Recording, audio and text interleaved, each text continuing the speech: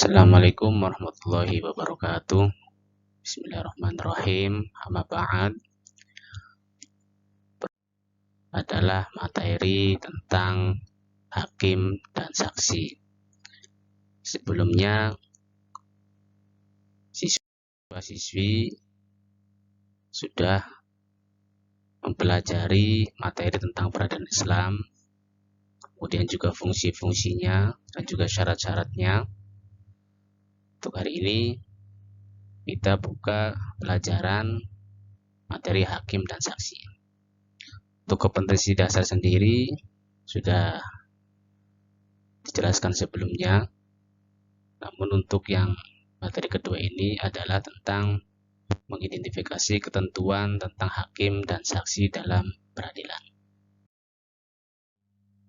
Sebelum kita mulai, mari kita bersama-sama membaca Al-Fatihah. Mudah-mudahan pembelajaran pada siang hari ini tentunya diberi kelancaran. Al-Fatihah. A'udzubillahiminasyaitonirrajim. Bismillahirrahmanirrahim. Alhamdulillahirabbil arrahmanirrahim. Maliki yaumiddin. Iyyaka na'budu wa iyyaka nasta'in. Shiratal mustaqim. Shiratal ladzina an'amta 'alaihim ghairil maghdubi 'alaihim waladdallin. Untuk kompetensi inti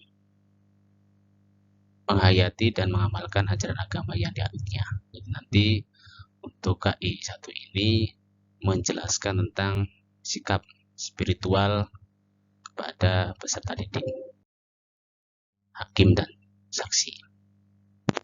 Untuk KI yang kedua, menghayati dan mengamalkan perilaku jujur, disiplin, tanggung jawab, peduli, gotong royong, kerjasama, toleran, damai, santun, responsif, dan proaktif, dan menunjukkan sikap sebagai dari solusi atas berbagai permasalahan dalam berinteraksi secara efektif dengan lingkungan sosial dan alam, serta dalam menempatkan diri sebagai cermin dalam pergaulan. Yang kedua ini atau KI 2 ini juga adalah sikap sosial yang diterapkan kepada peserta didik. Untuk KI yang ketiga, memahami, menerapkan, menganalisis pengetahuan faktual, konseptual, prosedural, dan metakognitif berdasarkan rasa ingin tahu tentang ilmu pengetahuan, teknologi, seni budaya, dan humaniora dengan wawasan kemanusiaan, kebangsaan, kenegaraan, dan sampai dengan terakhir ini adalah skala pengetahuan yang akan diterapkan kepada peserta didik. Keempat, mengolah, menalar, menyaji, dan mencipta. Sampai dengan terakhir ini adalah untuk keterampilan. Materi dasarnya adalah menghayati ketentuan Islam tentang peradilan, mengamalkan sikap adil dan patuh pada hukum sebagai implementasi dari pengetahuan tentang peradilan. Dan yang ketiga, komunikasikan penerapan tentang Islam dan juga tentang peradilan. Untuk indikator pencapaian kompetensi yang perlu diketahui kepada peserta didik adalah terbiasa menerapkan ketentuan tentang hakim dan saksi dalam peradilan Islam. Jadi nanti untuk yang poin pertama ini, siswa atau siswi tentunya akan terbiasa menerapkan bagaimana ketentuan hakim dan juga saksi dalam persidangan. Yang kedua, menunjukkan perilaku tentang hakim dan saksi dalam peradilan Islam. Ini juga adalah skala sikap sosial yang akan diterapkan oleh peserta didik kita dalam kehidupan sehari-harinya. Kemudian menjelaskan ketentuan tentang hakim dan saksi dalam peradilan Islam. Jadi sebatas mana pengetahuan peserta didik menjelaskan ketentuan hakim dan juga saksi. Kemudian terakhir, mempraktekkan ketentuan tentang hakim dan saksi dalam peradilan Islam.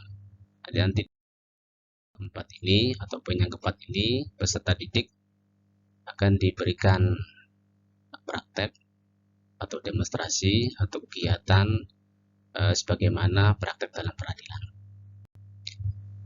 Oke, Apakah semuanya sudah siap untuk menerima materi yang akan diajarkan? Mari kita masuk ke dalam materi mengenai tentang hakim dan juga saksi. Sebelumnya, coba ada yang tahu tidak apa sih pengertian daripada hakim tersebut? Jadi pengertian daripada hakim adalah orang yang diangkat pemerintah untuk menyelesaikan persengketaan dan memutuskan hukum suatu perkara dengan adil.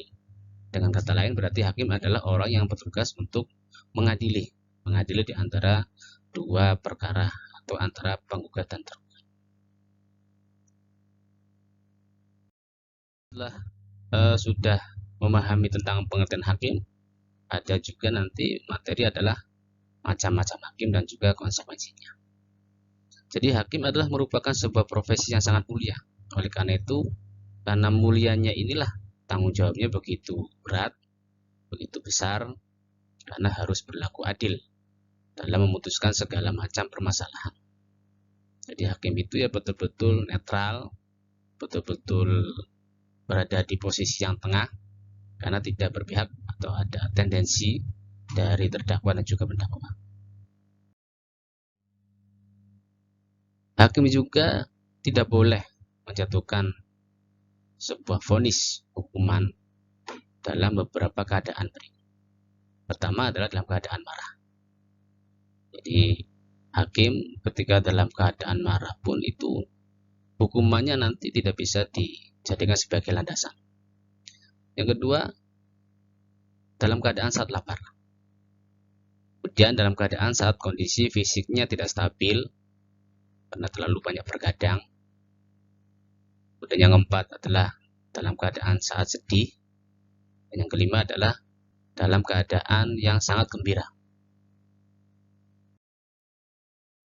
Dalam keadaan saat sakit. Jadi hakim tidak boleh menjatuhkan vonis hukumannya itu ya dalam keadaan sakit. Kemudian dalam keadaan saat ngantuk, saat sedang menolak keburukan yang tertimpakan padanya, dan yang terakhir adalah saat merasakan kondisi yang sangat panas ataupun juga kondisi yang sangat dingin. Nah, sampai sini barangkali ada pertanyaan, silakan diberi waktu untuk bertanya sebelum lanjut ke materi yang lain. Jangan ragu untuk bertanya. Jika ada yang belum paham atau perlu dipenjelaskan, maka akan dijelaskan ulang kembali.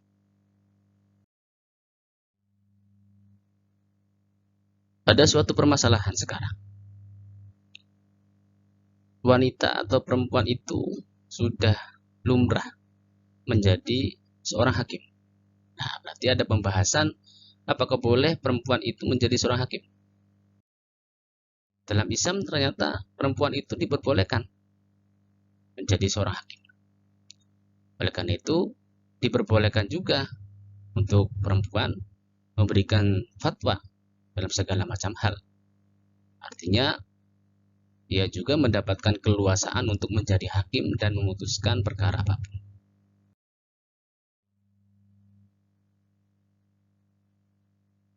Tahukah kamu apa sih pengertian saksi? Jadi setelah mengetahui pengertian daripada hakim, sekarang saya mencoba untuk memberikan umpan apa sih pengertian saksi. Saksi adalah orang yang diperlukan di dalam pengadilan untuk memberikan keterangan yang berkaitan dengan suatu perkara demi tegaknya hukum dan tercapainya keadilan dalam pengadilan.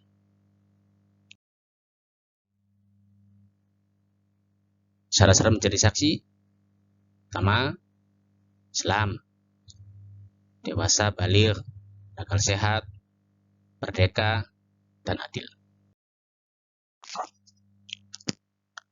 Kemudian juga memang ada saksi, tapi saksinya itu tertolak dalam peradilan. Berarti ada kriteria saksi yang tidak bisa dijadikan sebagai patokan hukum. Pertama adalah saksi yang tidak adil. Saksi seorang musuh kepada musuhnya. Saksi seorang ayah kepada anaknya.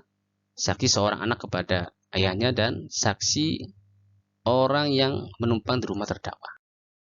Adalah kriteria yang saksi yang akan ditolak dalam persidangan. Nah, setelah kalian mempelajari materi hakim dan saksi, mari kita mencoba merefleksikan dari kedua pemahaman tersebut. Nah, mudah-mudahan pertama, kamu sudah tahu bagaimana ketentuan hakim dan saksi dalam persidangan. Tata cara menjadi hakim dan saksi dalam persidangan, tata cara hakim dan saksi dalam persidangan peradilan. Yang kedua, bisa melakukan. Pertama, mempraktekkan hakim dan saksi dalam persidangan sesuai ketentuan syariat.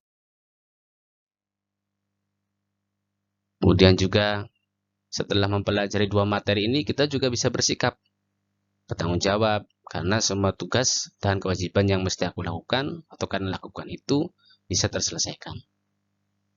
Disiplin karena tertib mengikuti instruksi, peduli karena bisa menjaga ketenangan, terutama ketika melakukan doa, santun karena dalam mengucapkan dan mengambil posisi ketika berdoa dengan baik dan benar. Setelah selesai penjelasan materi, mari kita mencoba untuk memberikan lembar kerja peserta didik. Beberapa pertanyaan yang perlu kalian jawab. Nanti Bapak sudah memberikan printout-nya.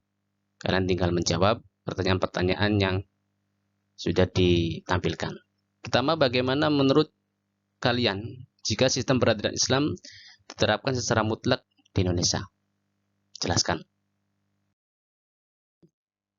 Jika hakim ataupun praktisi hukum lainnya melanggar aturan hukum, hukuman apakah yang paling tepat diberikan kepada mereka?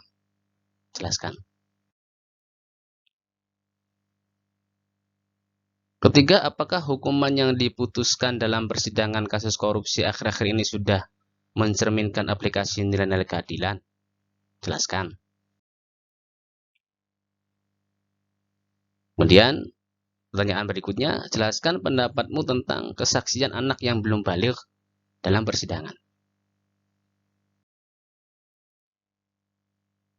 Kemudian pertanyaan berikutnya, jika penggugat mempunyai bukti bahwa tergugat melanggar aturan, akan tetapi tergugat berani bersumpah atas nama Allah bahwa dia tidak melakukan hal yang dituduhkan padanya, manakah di antara keduanya yang dimenangkan? Jelaskan. Nah, ini adalah lembar kinerjanya.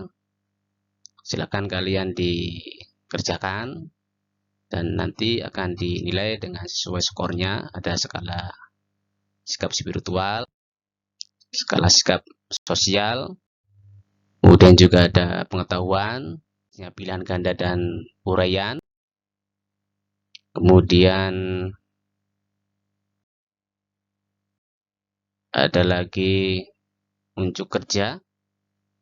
Ini ada sikap kejujuran ya, pernyataan kejujuran yang ditentukan untuk peserta didik. Kemudian ada penilaian aspek keterampilan, nantinya mencoba di antara peserta didik itu ada sebuah kegiatan praktek dalam peradilan. Ada yang menjadi hakim, ada yang menjadi saksi, ada yang menjadi penggugat dan juga tergugat.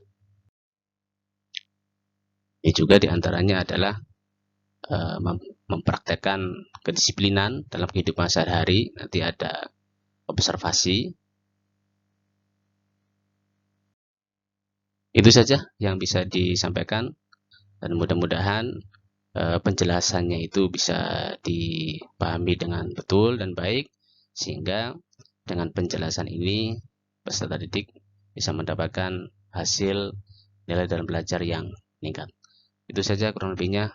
Wassalamualaikum warahmatullahi wabarakatuh.